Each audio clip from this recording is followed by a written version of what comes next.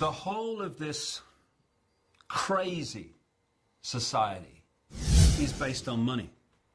Ironically, money that has never, does not, and will never exist. It's just figures on a screen. When you go into a bank, you say borrow $50,000. What does the bank do? It doesn't print any more money. It doesn't move any precious metal anywhere. It just types into your account $50,000, which it has pulled out of fresh air. And then you start paying the bank interest on the $50,000. So the whole money system is like, you know in those cartoons where there's a chase going on and all the cartoon characters are chasing each other, and eventually they run over the edge of a cliff, and they don't realize they've run over the edge of the cliff, so they keep running straight ahead on fresh air. And then someone looks down, realizes they're on fresh air, and bang, down it comes. Money is created in an amazing way. Since there is no backing to money anymore, there used to be gold or silver behind money. In those days, money was created when there was a certain amount of gold or silver that was brought into the bank and put into the vault.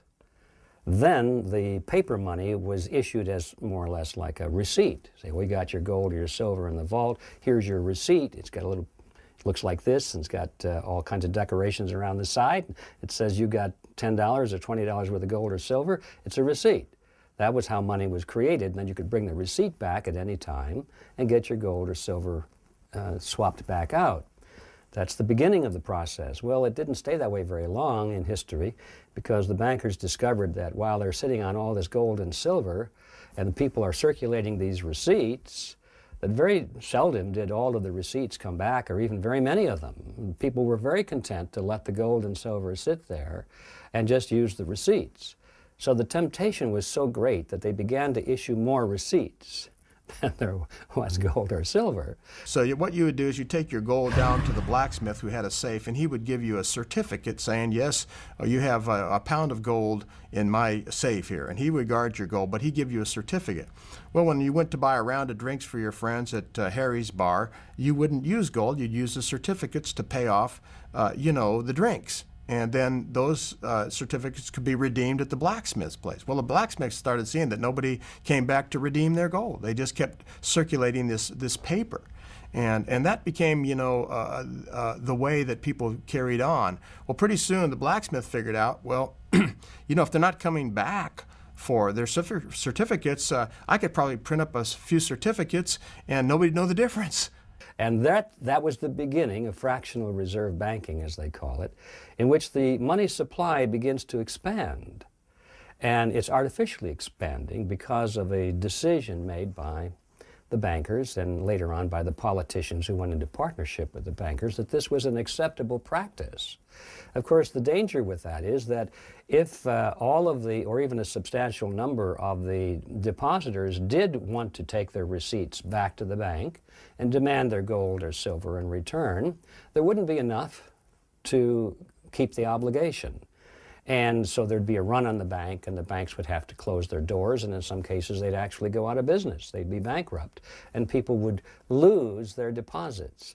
The bankers themselves very seldom lost very much. They might have gone to work for another bank or opened up a new bank down the street, but the depositors often lost a lot of money in this fashion, and that was the reason for going into partnership with the governments, because the governments would then say, well, the law says that the banks can do that legally.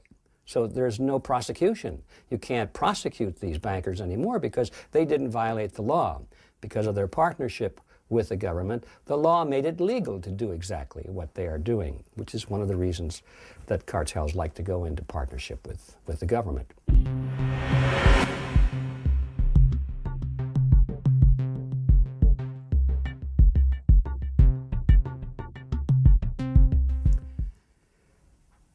The Federal Reserve is a strange creature. There's nothing quite like it out there. Most people think that it is a government agency and that it's here to protect the best interests of the common man. But the truth of the matter is, when you cut through all of the debate and all of the research, you come to the startling realization that the Federal Reserve System is a cartel. It's a cartel, no different really than a sugar cartel or an oil cartel or a bean cartel, happens to be a banking cartel. And that means that it is private. It means that the big banks of the United States came together in 1913, and they convinced Congress to pass a law that we call the Federal Reserve Act.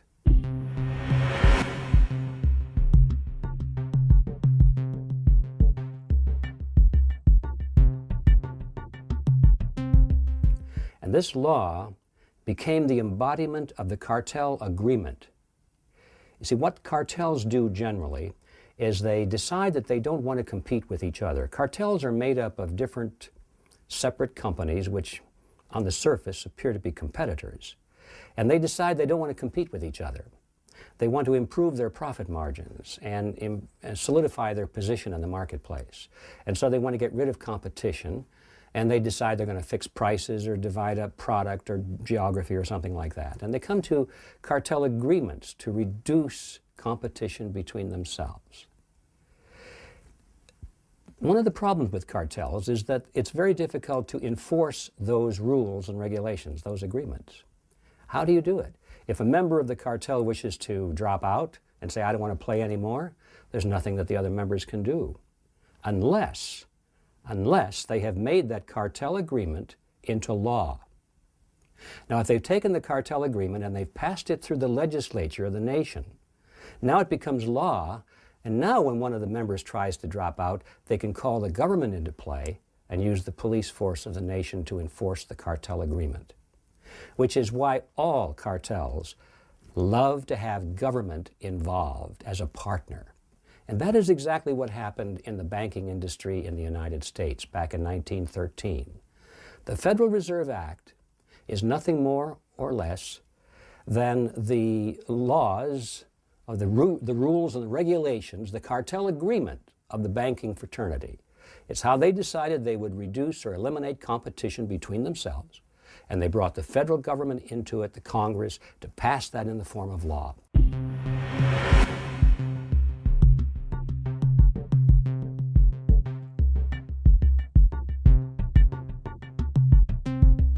So, what we're dealing with here is not a government agency at all. Now, it has some of the trappings of political appearance because the president appoints the directors to the board of directors and so forth, the board of the Federal Reserve System. But the fact is, Congress or the president has no control whatsoever over what the Federal Reserve System does. It's completely independent. So, the question arises, is this good or bad for the American people? We have a cartel which has been given the power to create the nation's money, incredible as that may sound, to create the nation's money, which is something that even Congress is not allowed to do based on debt. The Constitution of the United States says that Congress shall create money only when it's backed by coins, when it's backed by something like gold or silver, has intrinsic value. The Congress cannot create money based on debt, according to the Constitution, fiat money.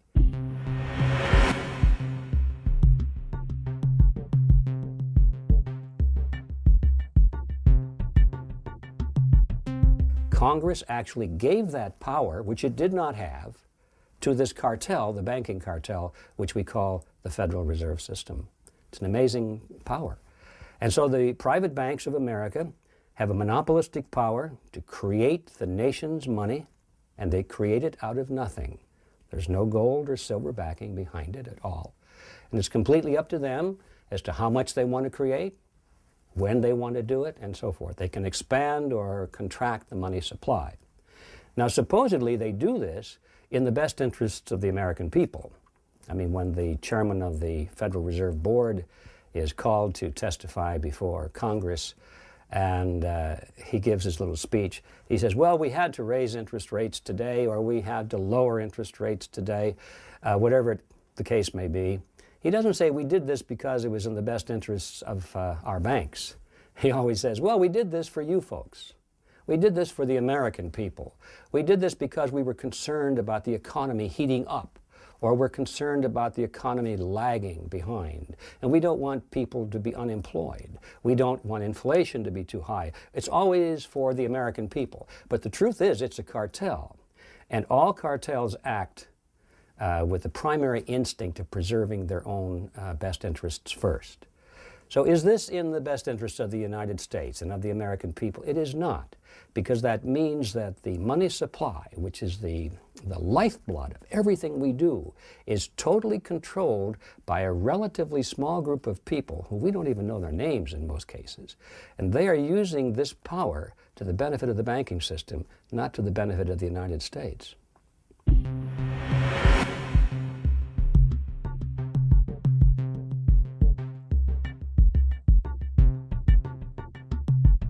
Well, here's how it works. Remember, I said before that the Federal Reserve really is a partnership between government and the banks.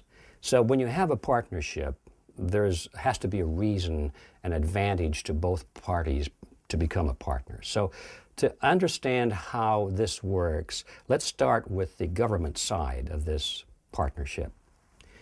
The government needs money. Politicians need money. They need more and more and more money for whatever purpose.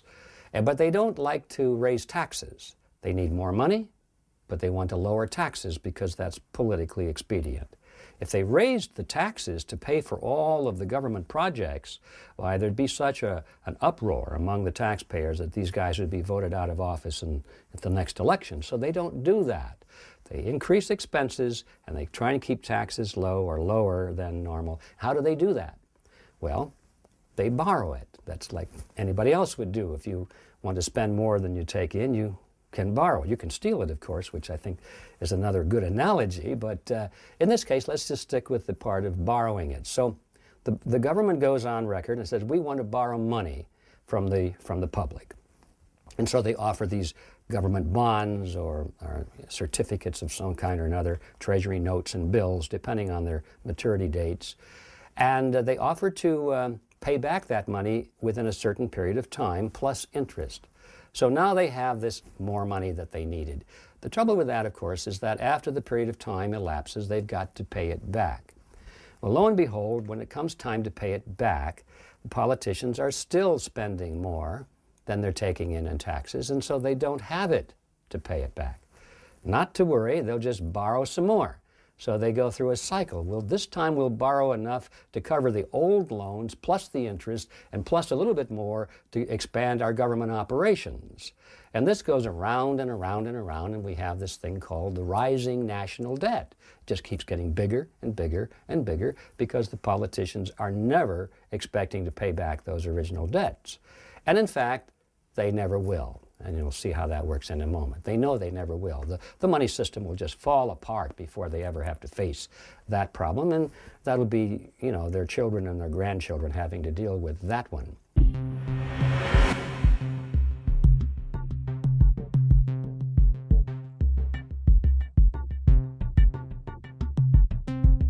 Well, no, so far so good. So they borrow this money and the debt goes up and up and up. But there's so far there's no new money created because the money they have borrowed was money that was already in existence. Let's say that I wanted to buy a government bond, so I loan money to the government. No new money is created. They just got some of the original money back in the form of a loan. Where the new money comes into play is at a next step. You see, they never have enough. They never can borrow enough from the general population or from investment firms or from banks or from other countries. There's never enough money out there to borrow. They need more. And so this is where the Federal Reserve comes in. There's usually a margin, anywhere from 7 to 20 to 30% of what they need to borrow that just doesn't exist. Or in order for them to borrow it, they would have to raise the interest rates to attract that much more money in, and they don't want to raise the interest rates. So now they finally go to their partner, the Federal Reserve System. And they say, okay, partner, here's where you come into the game. We need to borrow today, let's just say another $1 billion. And the Federal Reserve officer says, okay, that's fine. Figuratively, he pulls out the desk drawer, pulls out this big black book, checkbook, Of course, this is all done by computers in reality, but for the sake of analogy here, it's a little easier to visualize with a checkbook. So he writes a check for $1 billion to the United States government and hands it to the Treasury official. He says, "Thank you very much." He goes down and deposits this $1 billion check into the government's checking account. Okay, so now they have another $1 billion loaned, supposedly. The question is, where did that money come from? What account did it come from? Who put the money into the Federal Reserve System for that $1 billion to be loaned? And the answer is, nobody did. There is no money. It just came out of thin air. It was manufactured just for the purpose of this loan. Now, if you and I were to do that, we'd go to jail. But the Federal Reserve can do it because the government wants them to do it, because they're the lender of last resort. It doesn't make any difference if they can borrow enough money from the private sector at the rates they want to offer. It doesn't make any difference because they know at the last minute they can always go to the Federal Reserve, and by obligation, the Federal Reserve will create that money out of thin air, just the way they used to do it on the printing presses. Except today they don't use printing presses for most of it because it's checkbook money. It's in a computer, it's digits, it's invisible. They just create it out of thin air. And now this is new money, and the money supply expands on the basis of what money was created for this loan.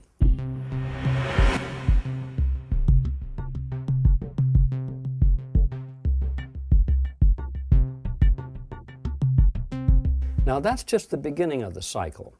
That's really the smaller side of it. This is really peanuts compared to the next cycle that I'm going to describe. So far we've talked about why the government is in this partnership, and we can see that their primary motive is because they can have access to any amount of money that they might need at any time without any questions, at any rate of interest they choose to offer. Not a bad deal. But now let's see what happens to that money. Let's assume that the fellow who delivers the mail, the post office worker, gets a check from the post office for $1,000. And now that was newly created money through the process which I just described. It's newly created money, and the post office worker doesn't know that it didn't exist the day before anywhere in the universe. He doesn't care. It's spendable money now. So he takes this check to his private bank, commercial bank down the block, and deposits it into his private checking account. Now, finally, the money is out of the government side and goes into the private commercial banking side, and this is where the action really heats up.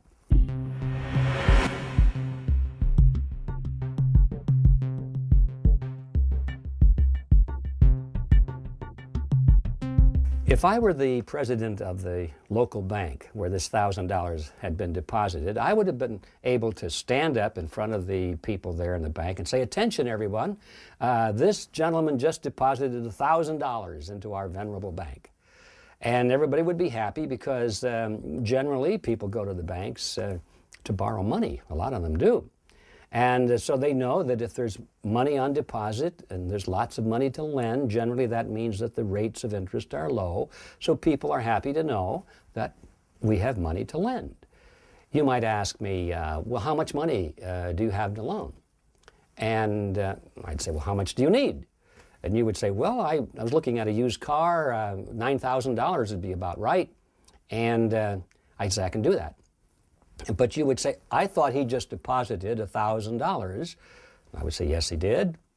And this could go back and forth, and you'd say, well, how can you loan $9,000 when he only deposited $1,000? And if I were a good banker, I would say, don't worry about it, sir. It's all quite legal. It's all regulated by the Federal Reserve System. It's entirely possible, and indeed it is, because according to the Federal Reserve regulations, which, don't forget, are created by the banks for the banks, all the banks have to have, at the current time, is 10% of their deposits in reserve compared to the amount of loans that they put out. 10% in reserve. So if you take $1,000 and you put that in your accounting ledger under the heading, and you put the word on the top that says reserve, now you've got $1,000 in reserve, and that's 10% of $10,000. Which means you can loan $9,000 and still have 10% reserve. So now the banks can literally create $9,000 out of thin air and still be quite legal because they've got 10% in reserve. Now that's kind of an oversimplified way of explaining it, but basically that's the accounting that goes on. So the banks will be able to, I would, as a banker, would be able to create $9,000 out of nothing and loan it to you at interest. Now just think about that for a minute.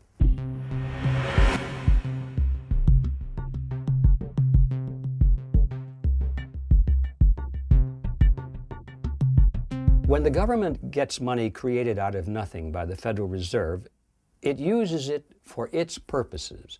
It spends it on its programs.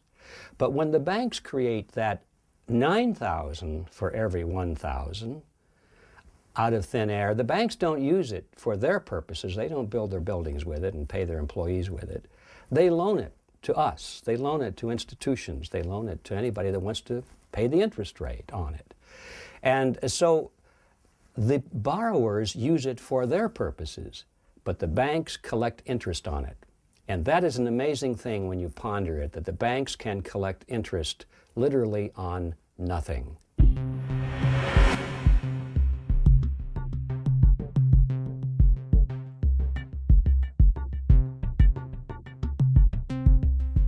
So when the banks say we're going to earn 3% or 3.5% on the money we have on deposit, they're not telling you the whole story, because that money on deposit is used to leverage the creation of 9 times more money. So whatever that interest rate is, you can multiply easily by 9, and that's closer to the real effective interest rate that the banks are making. Or if you wanted to be more authentic, you would say, since this money didn't exist, in fact, there is no money, they're collecting interest on nothing, then the interest rate really is infinity. So it's not a bad business to be in, you might say, which is why, of course, the banks are doing pretty well. And so you're able to create, for every $1 billion that's created out of nothing in order to loan to the federal government, now the commercial banks are in a position to create an additional $9 billion and push that into the economy, also created out of nothing, but push that into the economy in the form of private loans. This is how money is created, not only in America, but now in most of the world, which follows this general pattern. Actions have consequences. This creation of money and expansion of the money supply has a consequence. And not only can the supply expand, but it can also contract. And so we have this boom-bust cycle, which would be very difficult if money were based on gold or silver, because the supply could not expand or contract rapidly or at the whim of some committee or some political group or some motive like that. It depends on how much gold and silver there is. In the days when money was backed by gold and silver, the supply of money remained very stable. It expanded perfectly in proportion to the expansion of the population and an expansion to the economy. So there were no booms and busts in those short periods of time when government didn't allow banks to create money out of nothing.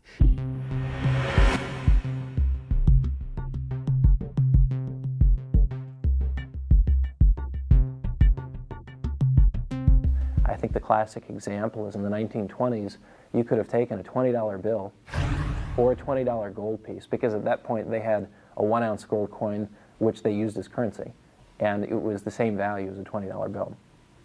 And you could go out and buy a complete suit of clothes, you know, 3-piece suit, tie, the whole works, for either one, a $20 bill or a $20 gold piece. Today you can still do the same thing, assuming that it's a modest suit and not an Armani or a Canali or an Italian vintage, but you can spend $800–900 on a good suit of clothes, and your $20 bill has maintained its value, or your $20 gold piece has maintained its value. It'll still buy it. Your $20 bill may take you to the movies, you know, popcorn, gummy bears, the whole ball of wax. So it takes more dollars today to buy the same things. That's the consequence of inflation.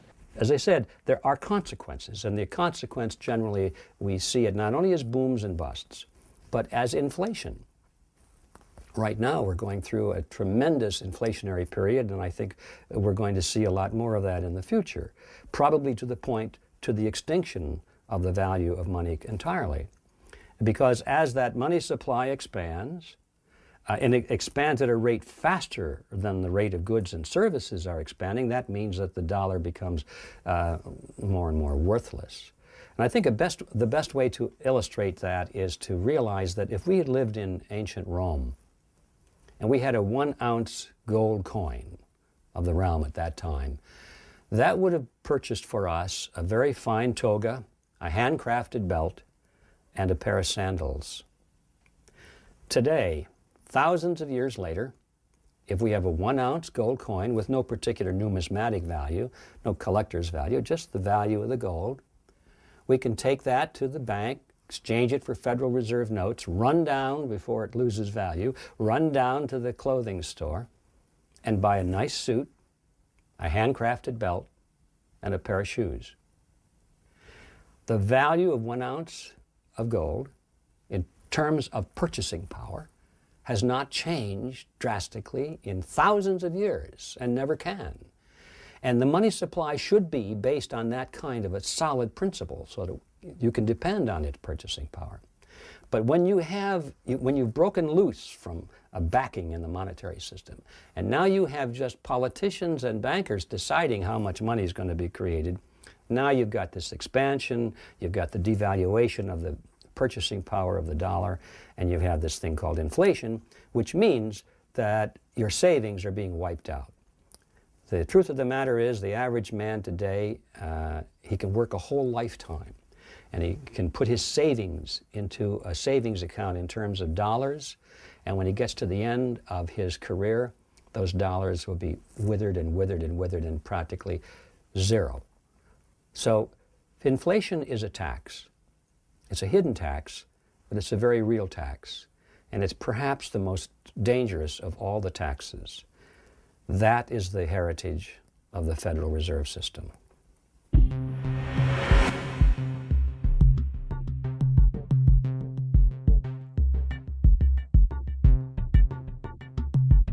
The only thing that has kept the United States economy going in the 21st century is the expansion of debt. It's all based on a buildup in consumer and government debt. The main way they kept it going was they gave credit cards to everybody. And if you maxed out this one, you started on another one. Even more important, Alan Greenspan, in order to cover up the job loss from offshoring, put interest rates down to an enormous low and created a housing boom, because what's important to people is not the price of the house, it's the monthly mortgage. And when you get rates as low as Greenspan had them, the monthly payments drop. When monthly payments drop, housing prices tend to go up. And so people who already had a house saw big rises, and they refinanced the house and took out the money and spent it. And so we've had an economy moving along in the 21st century because people are running up credit card bills, and because they were refinancing rising house prices and spending the equity they had in their homes. Now, what's happened? The housing boom is over. There's a bust. Associated with that bust, we have these very curious financial instruments, these subprime loans that were packaged and sold as derivatives, and now they are tending to bring down the entire banking system. And what are financial institutions holding these subprime derivative, these securitized packages? What they're doing to maintain their balance sheet is to sell off their good assets, their stocks in good companies, their bonds that aren't in trouble. And so that's pushed the stock market down, you see. So the balance sheets of the banks are impaired. No one knows where this is going to end. We've had dire predictions. I don't know where it's going to end either. But these huge amounts of these subprime derivatives and securitized loans that people hold. There's no market for them. No one knows how bad the hit is. And so now the Fed wants to ease money and put more money into the system, but the banks are impaired. Do the banks, who they're going to lend to? They're going to lend to consumers who can't hold on to their homes from their mortgages, whose credit cards are maxed out. Do you see what I'm saying? Throughout history, no nation has ever abandoned a solid monetary system. No nation has ever taken on fiat currency, which is the currency without solid backing, without having its economy destroyed. There are no exceptions. And I see nothing that gives the United States a free ticket. I don't see any reason that the United States should be exempt from this law of history. It seems to me that we have gotten by pretty well, even though we have followed terrible economic practices. We have delayed the day of reckoning, primarily because the United States dollar was the international exchange dollar. It was the dollar of settlements. And everybody wanted it. No matter how much we produced, it seemed like there was an endless demand for it around the world because they always knew somebody else would take it. So there was a lot of psychological element involved there. That era is coming to an end. In fact, I think it has already come to an end, where nations around the world eagerly want the United States dollar.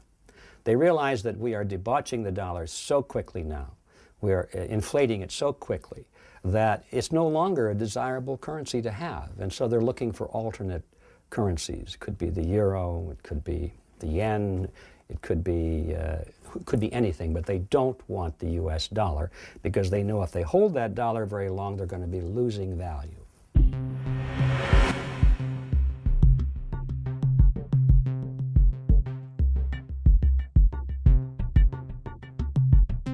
The power of the United States rests mainly on the fact that the United States dollar is the world reserve currency. It's been that way since the Second World War. What does it mean to be the world reserve currency? It means that you're the world money and that you can pay your bills in your own currency. If you're running trade deficits, for example, in order to pay your bills, you don't have to sell enough of your goods, export enough to earn the money to pay the other countries for their goods and their money. You just pay it in your money. It also means there's a great demand for your money because it is the reserve of all the foreign central banks. The foreign central banks keep their reserves in your currency. This means there's a huge market for your currency. It means that markets for your assets denominated in dollars, is vast. This means you become the world financial center because any instruments, any investment instrument issued in dollars is liquid. It's marketable anywhere. So these are enormous advantages. They're the advantages that Britain once had. When you lose that advantage, you lose a lot. Now, the United States is in the process of losing that advantage. It's losing it because over time, since World War II, other nations have rebuilt, and we're no longer the only country that can make things. And so you have trade pressures. We also have a new development, and that is offshoring.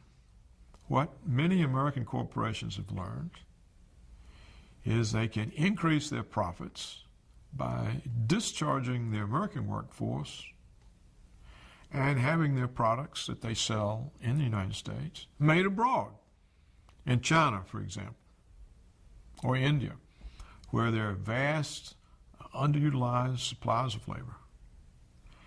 And there's pressure on companies from Wall Street to improve earnings. and the pay packages of top management are related to performance. So now that it's possible, with the collapse of world socialism around 1990, American firms have been moving more and more of their production for American markets offshore. This is doing two things to the economy.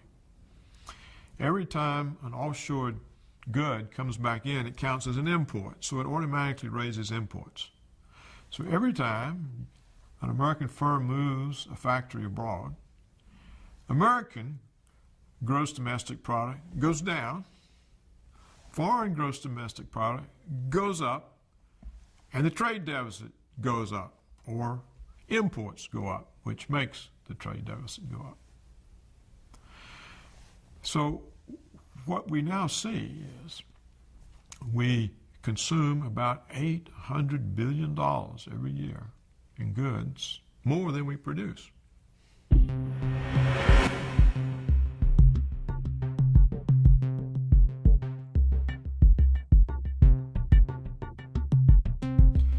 We've been able to do this. It's a gradual thing that we got into, a little at a time.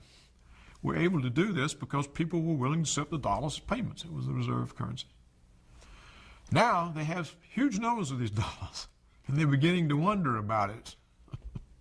They're beginning to say we're really overweighted in our investment portfolios with dollars.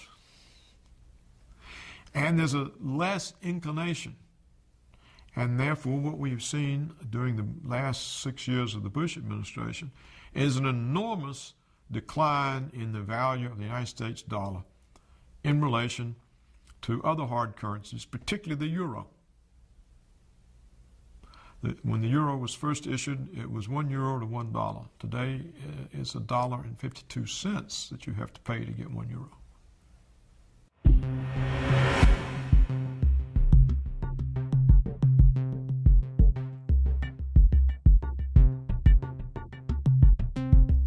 This is an enormous decline.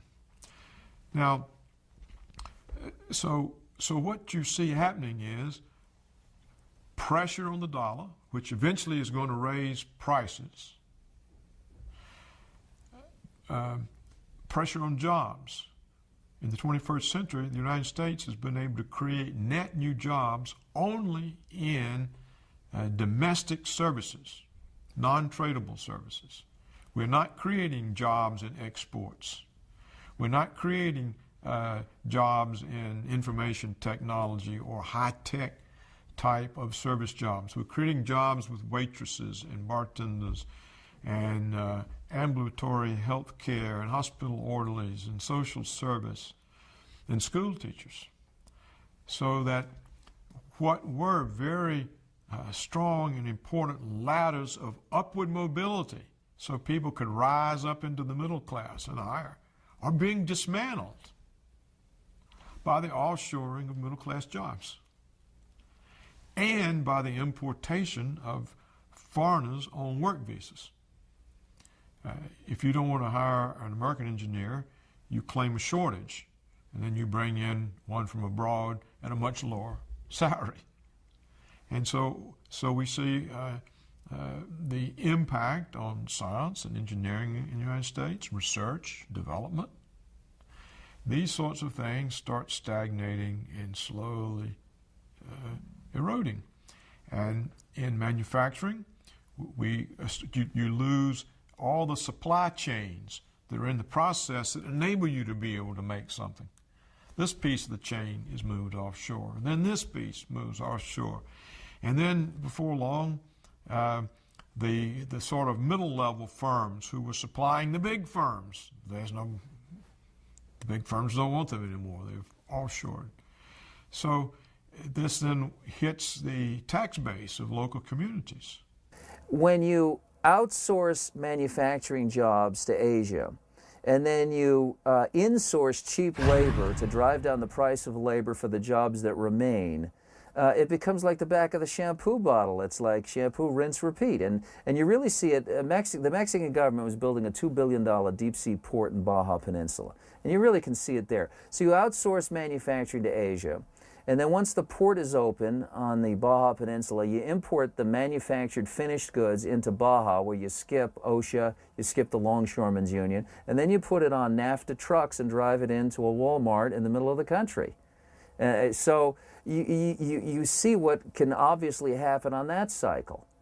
So, and what gets washed out of that is a whole class of jobs, essentially, the business model has said that it is no longer economically viable for certain types of jobs to be done in the United States of America. Light manufacturing is clearly one of them. Maybe heavy manufacturing is one of them. It becomes a real problem in certain critical industries. For instance, we've been throwing pork barrel spending at some shipyards down in Mississippi. Trent Lott was very good at getting that money for the shipyards down there in Mobile. And we really needed to do it. This was good, healthy pork because, you know, in a time of national emergency, you can't just flip a switch and start building ships. You have to have an infrastructure, and you have to have a workforce that knows how to build ships, which means that, yeah, we'll have to waste some money building some unnecessary ships just to keep at least the seeds of an infrastructure of a shipbuilding industry in case there actually is a need for that emergency. Offshoring is a fancy way of saying your job is in question because you can be replaced for a fraction of your cost. If you're paid $19, $20, $30 an hour, you can be replaced by someone who's willing to do the same job for $1 an hour, 25 or even 50 cents an hour, with no benefits, with no pension. And so the direction for Wall Street firms, for corporate America is clear. If you need to solidify your profit margins, that's the first place to go, is renegotiate your labor contracts and start moving the jobs someplace else. The implications for the worker are this: you're out of a job. That's just plain and simple. You don't have a job, which means you're probably going to have to retool and re-educate because that job's not coming back. It's tough. It's easy to go from paying someone $30 an hour to 25 cents. Pretty difficult for the company to reverse that and go from 25 cents back to $30 an hour. That's not good for the bottom line at all. The jobs that are gone for good. In addition to that, we're shuttering the plants. We're shuttering the facilities that have created the nation's wealth. They're gone. We're making them go away. We don't need them. We don't need them. In a global world, as the argument would go, it's better to utilize resources where they're cheaper. And, you know, so do we get a cheaper toaster oven at Walmart? Yeah, you get a cheaper toaster oven. But it's a hidden bargain. To me, it's a bad bargain. Because what happens to the guy that used to make the toaster oven? What happens to his family? Now the social costs of that are passed on to the community that no longer has a factory, that now, like, you know, when Maytag used to make their stuff in Galesburg, is it Galesburg, Illinois? Somewhere in Illinois. And they were there for 75 years, and they got tax credits to stay, and they left anyway because their workers were making $15 an hour, and they moved the factory to Mexico where they were paying people $1 an hour.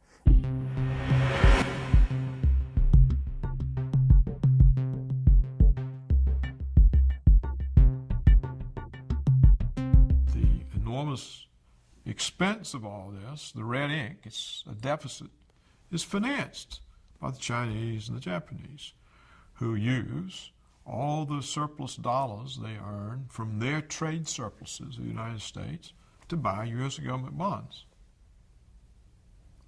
Now, when it reaches the point, as it appears to be doing, that the Chinese feel that they don't really want any more of these bonds, that they're loaded up on American assets, 1.3 trillion at the moment, and they cease to be our creditors, how do we finance the federal government?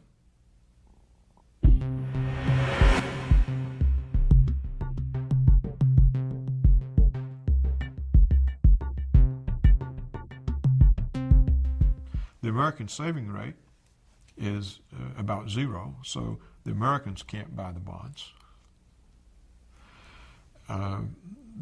People haven't had any, the median income of families has not gone up in the United States in a couple of decades, perhaps longer. There's no growth in the real income of anybody outside the very highest income levels. So, and they're all struggling They're drowning in credit card debt. Many of them now can't deal with their mortgages. How are you going to raise the taxes? So if you put all that together, you can see that it's headed to a new kind of crisis. And if the United States government wakes up one day and has to deal with the fact that the dollar is no longer accepted as reserve currency, what is it going to do? I think the end of the era is upon us. All of those dollars that they generally call euro dollars that are all around the world, what are those people going to do with them? They don't want them anymore. So they'll start looking for ways to send them back to the United States and buy things while they still can, before the value is completely gone. And so we're already beginning to see this reversal of the cash flow back into the United States. And the money is coming in tremendous quantities. So not only do we have, oh, by the way, why is it coming in and what are they doing with it? Well, they're trying to buy up our goods and services, or buy up our politicians, or buy up real estate or corporations. They're even buying up banks now, you might have noticed. They're sending this money back to the United States to buy a strong interest in some of the biggest banks of America. The banks need the money. And sometimes the pundits will say, well, look, we're getting capital back into the United States. No, they don't understand the difference between money and capital. Capital is wealth. Capital is ownership. Capital would be a stock in a corporation. Money is just pieces of paper. So what we're doing is we're losing capital, real capital, which means ownership in the productivity and the business entity of America. We're shipping the capital out and getting worthless paper dollars back in. And so that's what they're doing with this money. And so not only is the Federal Reserve expanding the money supply very rapidly to pay for all of its programs, to pay for its wars, to pay for its welfare, to pay for bailing out people whose homes are in trouble. They're just creating money like crazy to do this without raising taxes. And now we got a proposal to lower taxes while they're increasing spending. The insanity is incredible. Not only is that happening, but all this other money for the past 30, 40, 50 years that's been around the country is also coming back in. And you don't have to be a rocket scientist to figure out when all this money comes into the United States, it just gets more and more worthless. And your savings and my savings will become worthless too. The price of a loaf of bread, Lord knows what it's going to be, but it's going to be many times higher than it is now. A depression is a period of time during which most people's standard of living drops significantly. There are other good definitions of a depression. That's a nice, broad, general one. And I believe that because there is such a thing as the business cycle, which we don't have time to go into now, but the problems that we had in the 1930s, we're going to see that type of a phenomenon again. It's not going to be like the 1930s, it's going to be different. The similarity is going to be a massive drop in the general standard of living. And I call it the Greater Depression. The U.S., especially for the last 15 years, our main export, our main product has been dollars, which are unbacked liabilities of the U.S. government. And we've been able to ship these things abroad by the trillions, and these nice foreigners ship us all kinds of good things. They ship us Mercedes and Sonys and cocaine and oil and all kinds of things, and we just give them dollars. But now there's 6 trillion of these dollars out there, and these people are starting to realize that they're holding hot potatoes. And they don't want to all run towards the exits at once, but they know what they've got. They've got just pieces of paper that are unsecured liabilities of a bankrupt government. And these dollars are going to start flowing back into the U.S. And inflation is going to explode in this country. Interest rates are going to go through the ceiling. It's going to be devastating for the average American. What you see happen is a big reduction in real living standards for 95% of the population. The living standards will just all of a sudden be adjusted downward. substantially. Now, many of these people are already hard-pressed.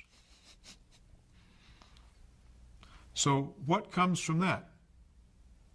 And then you have to see, that means that the real purchasing power has shrunk, and so the real goods and services that are coming off the shelves has shrunk. That's recession. That's more unemployment. It's a dangerous situation. That's what I say. It's unprecedented. That's why I call it a calamity in the making. I don't say that it has to happen, but it's going to happen if they don't make some big changes soon.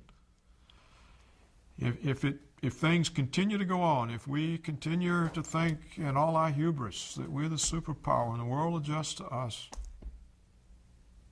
it's going to hit the fan, because that ain't the case. That is not the case. So what are they going to do about it? And they're going to go to their government. They're going to say, please help us. They're going to go to the same politicians, the very same politicians who got them into this mess, and ask them to solve the problem, which is a huge mistake, because these politicians already have the solution in mind. What they're planning to do is let the American, in my opinion now, is let the American dollar collapse. That way they don't have to pay back the national debt, remember? They have all this tremendous national debt in dollars and all this tremendous obligation, which they can never repay. So it's to their advantage just to let the dollar disappear and wipe that off the books and replace it with a regional currency. They already have the name for it. It'll be called the Amero. And it'll be a currency which will be jointly owned, jointly representative of the United States, Mexico, and Canada. And this is part of a long-range step that they've had to merge those three countries into a regional single government. It's been going on for a long, long time, and most Americans are still in denial on that. They're still saying, oh, that would never happen. The American people would never go for that. The Canadian people would never go for that. And of course, the truth of the matter is it makes no difference what the Canadian people or what the American people want. It's what these elitists want. It's what the people want who are actually making the decisions. And I know that's a harsh statement, but that's the reality that we're facing today. So they're going to offer a new currency, and Americans generally will say, oh, that's wonderful. Now this currency will replace the old worthless currency, and there'll be new hope. The truth of the matter is the new currency will be no different than the old currency, except it'll be a fresh start.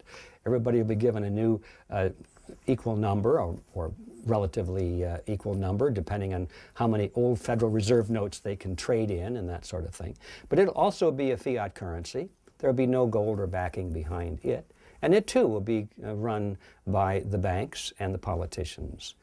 And then the final step beyond that is to merge the Amero with the euro, and they'll be developing a similar currency for Asia and Africa and South America. Get all of those, then finally, and we're talking about maybe 10, 15, 20 years down the line, merged into a single global currency. Now at that point, there'll be no place else to go. Today, if your currency is losing its value, you can go on the internet or go to your brokerage house and you can swap currencies. You can say, gee, I don't like what's happening to the American dollar. I think that the German mark is doing a lot better, or the Swiss franc. And you can get out of the currency that's falling on its face. Finally, when you get to these regional and to these international, finally to the international currency, there'll be no place else to go, so you'll be locked in. That's not a very pretty picture. In other words, what I'm saying is that these people who have formed this partnership between the banks and the governments of the world are planning on controlling our economic lives and our personal lives as well. And this is not just a question of money. It's not just a question of, are you going to be secure in your retirement? This is not just a question of how much you can buy with your paycheck. This is a question of personal liberty, personal independence, and national sovereignty. The problems we're facing today are much bigger than just money. But if you follow the money trail, you can see where it's all going. To get the Amero, they have to first destroy the dollar, which is what the Trilateral Commission in the 70s said with Zbigniew Brzezinski and David Rockefeller. They stated, first the euro will rise by 2000, It will defeat the dollar will go down, then we will create the Amero, claim that it's competing with that, then we'll have fluctuations there, and we'll finally peg it at a global mark with a new global reserve currency that we issue and we control, pegged to oil. And that's why they got to control the oil, because whoever has the world reserve currency, people have to accept that for the buying of oil, which is energy. And that's the connection of the fiat currency to reality.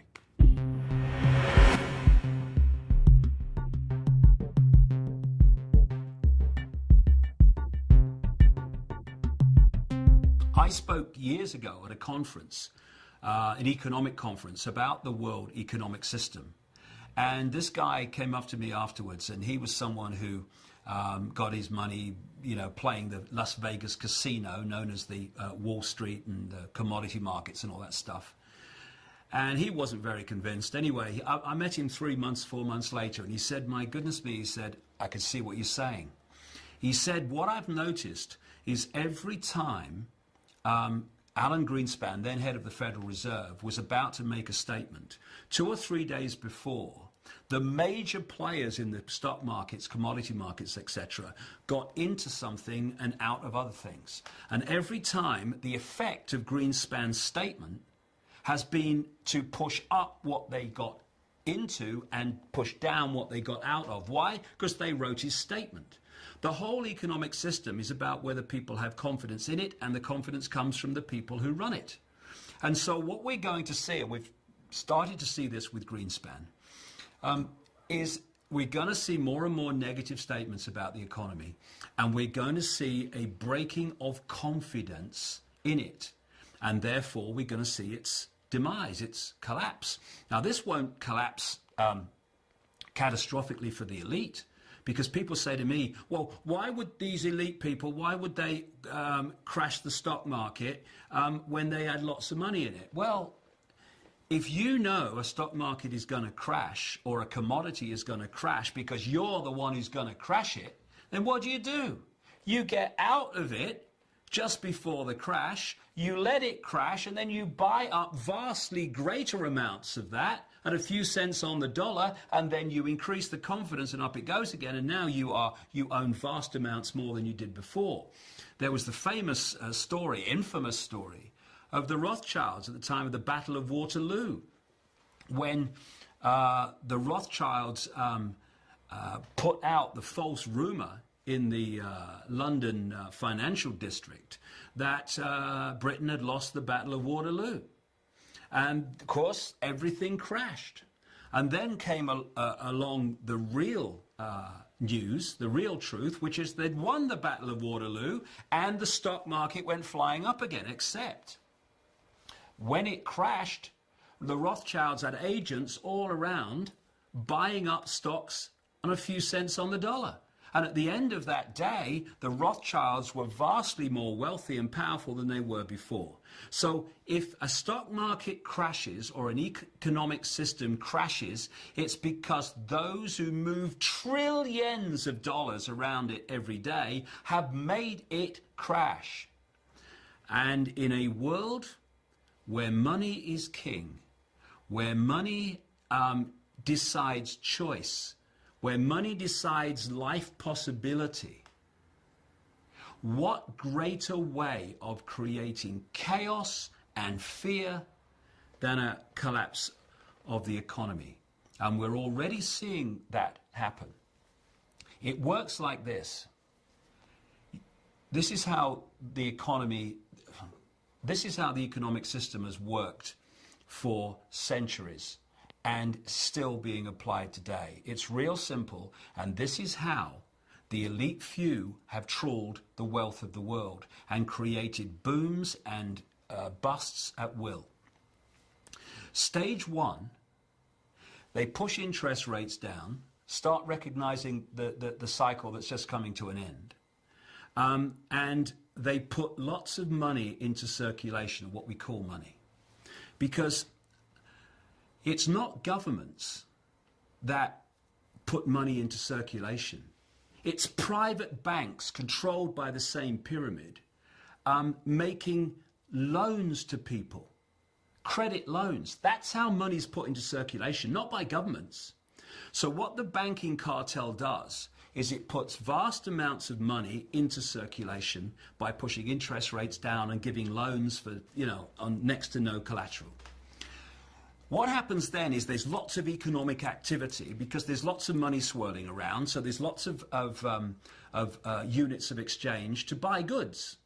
So what happens is people get more confident, they take out more debt themselves, because, we can have a bigger house now, darling. The economy's doing so well, we'll have a bigger car, we'll have 2 holidays, vacations a year now, or 3 maybe, because we're doing ever so well.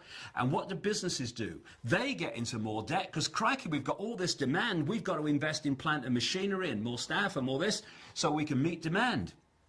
And then that is in effect the elite economically putting the fishing line out. And then at some point, and we're closing in on that point now, they start reeling the fishing line in. Because what they do is they start pushing interest rates up.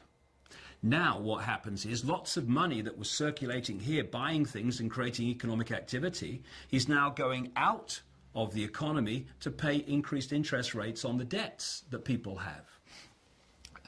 As a result of that, there's fewer things being bought and sold. Companies don't need as many people working for them. They're now stuck with all this debt and all this plant and machinery that they had that they don't need anymore. People can no longer pay their mortgages, so now there's a problem with the mortgage companies, and they have a problem because they've got to lose their home. And as more and more people do that, the value of homes goes down until eventually there's a point where they're worth less than you actually paid for them. And what we're seeing then is a bust being manipulated. And it's happening for one reason and one reason only. The amount of units of exchange in circulation is being removed from the economy. What we're seeing now are the signs that they're now manipulating a bust in this very way to create as much chaos and panic and fear as possible, because panic, fear, and chaos are a manipulator's dream.